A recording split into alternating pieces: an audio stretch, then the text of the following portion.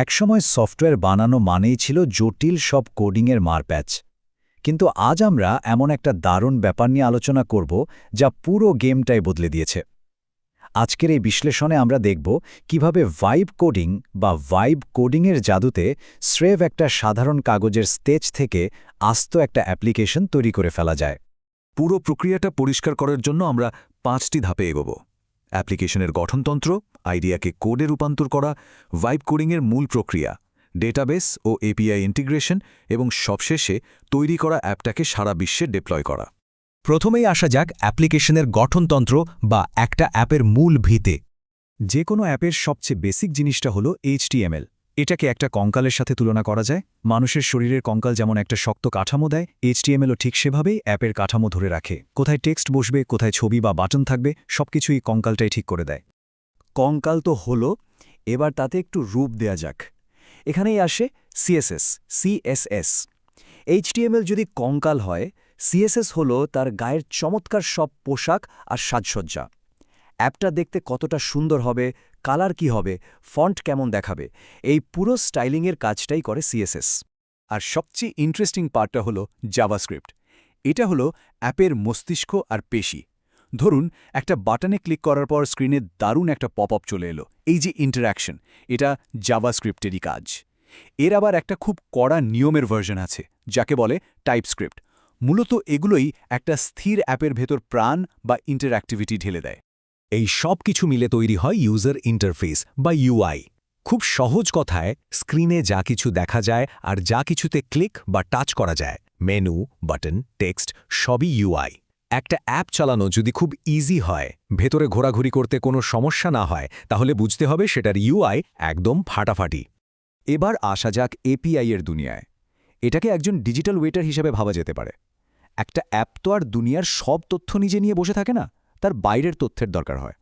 তখন এই ডিজিটাল ওয়েটারই বাইরের দুনিয়া থেকে দরকারি ইনফরমেশনগুলো ছুটে গিয়ে নিয়ে আসে। ব্যাপারটা অনেকটা রেস্টুরেন্টে খেতে যাওয়ার মতো।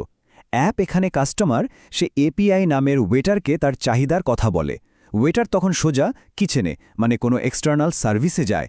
ধরা যাক কোনো ওয়েদার সার্ভিসে, সেখান থেকে আবহাওয়ার ডেটা নিয়ে এসে অ্যাপের টেবিলে পরিবেশন করে। ঠিক এভাবেই ফোনে লাইভ ওয়েদার আপডেট দেখা যায়। আর এই বিশাল দুনিয়ায় ডেটাবেস ছাড়া কি চলে? ডেটাবেস হলো অত্যন্ত গোছানো আর সুরক্ষিত একটা ডিজিটাল ফাইলিং ক্যাবিনেট। এই যে ইউজারদের লগইন ইনফরমেশন, সেভ করে রাখা ট্র্যাভেল প্ল্যান কিংবা ফেভারিট গেমের হাই স্কোর, এই সব কিছু খুব যত্নে মনে রাখার জন্যই ফায়ারবেস বা ক্লাউড ফায়ারস্টোরের মতো ডেটাবেসগুলো ব্যবহার করা হয়। বেসিক টার্মগুলো তো জানা হলো, এবার আমরা দ্বিতীয় পর্বে যাব, ধারণাকে কোডে রূপান্তর। এখানে গুগল AI স্টুডিও ব্যবহার করে কাজগুলো বাস্তবে করে দেখা হবে। ভাইব কোডিংয়ের পুরো জার্নিটাকে আমরা খুব সহজে 5টি ধাপে ভাগ করতে পারি। প্রথমে আইডিয়া বা ধারণা ঠিক করা, এরপর সেটার একটা প্রোটোটাইপ বানানো, চ্যাটের মাধ্যমে সেটাকে টেস্ট করা, ডেটাবেস বা লজিক জুড়ে দেওয়া, আর সবশেষে অ্যাপটাকে দুনিয়ার সামনে এক্সপোর্ট বা ডিপ্লয় করা। চলুন ধাপে ধাপে এগোনো যাক। আমাদের তৃতীয় পর্ব হল আসল ম্যাজিক, ভাইব কোডিং প্রক্রিয়া। এক লাইন প্রথাগত কোডে না লিখেও কিভাবে শূন্য থেকে একটা কমপ্লিট অ্যাপ বানানো যায়, সেটাই এখন দেখার বিষয়। গুগল AI স্টুডিওতে কাজ শুরু করার খুব মজার দুটো রাস্তা আছে। প্রথমটা হলো একদম সাধারণ ভাষায় এআইকে বিস্তারিত বলে দেওয়া, যেমন আমাকে একটা ট্র্যাভেল প্ল্যানার বানিয়ে দাও যেটা বাজেট আর ডেস্টিনেশন অনুযায়ী রোজকার প্ল্যান করে দেবে। আর দ্বিতীয় রাস্তাটা আরও ক্রেজি, একটা কাগজের উপর পেন্সিল দিয়ে অ্যাপের লেআউটটা এঁকে সেটার ছবি তুলে সোজা আপলোড করে দেওয়া। এআই ওই হাতের আঁকা স্কেচ দেখেই বুঝে নেবে কোথায় বাটন আর কোথায় টেক্সট বসাতে হবে। একবার প্রোটোটাইপটা দাঁড়িয়ে গেলে ম্যানুয়ালি বসে বসে কোড এডিট করার কোনো দরকারই নেই। সাধারণ চ্যাটের মাধ্যমে ম্যাজিকের মতো পরিবর্তন করা যায়। জাস্ট চ্যাট বক্সে লিখতে হবে, থিমটা চেঞ্জ করে ডার্ক মোড করে দাও, কিংবা ডাউনলোড করার জন্য একটা PDF বাটন লাগাও, অথবা হেডারের টেক্সটটা আরেকটু বড় করো। নির্দেশ দেয়া মাত্রই এআই কোড আপডেট করে ফেলে, আর চোখের সামনেই লাইভ প্রিভিউতে সেই চেঞ্জগুলো দেখা যায়, একদম পানির মতো সোজা। চতুর্থ পর্বে আমরা আলোচনা করব ডেটাবেস এবং এপিআই ইন্টিগ্রেশন নিয়ে। কারণ একটা অ্যাপ তো আর একা একা চলতে পারে না, বাইরের দুনিয়ার সাথে তার কানেকশন দরকার। ডেটাবেস যুক্ত করা এখন এতটাই সহজ হয়ে গেছে যে ভাবলেই অবাক লাগে। এআইকে শুধু বলতে হবে ফায়ারবেস বা ক্লাউড ফায়ারস্টোর চালু করে দিতে, ব্যাস এআই নিজেই ডেটাবেস রেডি করে ইউজারদের ডেটা সেভ করার জন্য যত কোড দরকার সব একাই লিখে ফেলবে। আর ওই যে কিছুক্ষণ আগে ডিজিটাল ওয়েটার বা এপিআই এর কথা বলছিলাম, মনে আছে?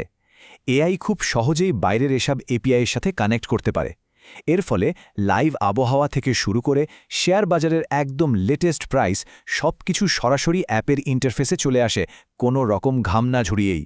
এবার আমাদের শেষ পর্ব, সারা বিশ্বে ডিপ্লয়মেন্ট। এতক্ষণ ধরে বানানো প্রোটোটাইপটাকে মানুষের ব্যবহারের জন্য লাইভ করার পালা। অ্যাপটা যখন পুরোপুরি রেডি, তখন এটাকে রিলিজ করার মূলত 3টি অপশন থাকে। জিপ ফাইল হিসাবে নিজের কম্পিউটারে ডাউনলোড করে রাখা যায়, ভার্সন কন্ট্রোলের জন্য গিটহাবে সেভ করা যায়, অথবা কোনো ঝামেলা ছাড়াই স্রেফ এক ক্লিকে ক্লাউড রানে ডিপ্লয় করে লাইভ করে দেওয়া যায়। ভার্সন কন্ট্রোল আর গিটহাবের কনসেপ্টটা কিন্তু দারুণ ইন্টারেস্টিং। এটাকে ভিডিও গেমের সেভ স্টেটের মতো ভাবা যায়। কঠিন লেভেল পার করার পর গেম যেমন সেভ করে রাখা যায়, যাতে হেরে গেলে আবার সেখান থেকেই শুরু করা যায়, ভার্সন কন্ট্রোলার ঠিক সেটাই করে। এটা গিটহাবে কোডের পুরো হিস্ট্রি সেভ করে রাখে।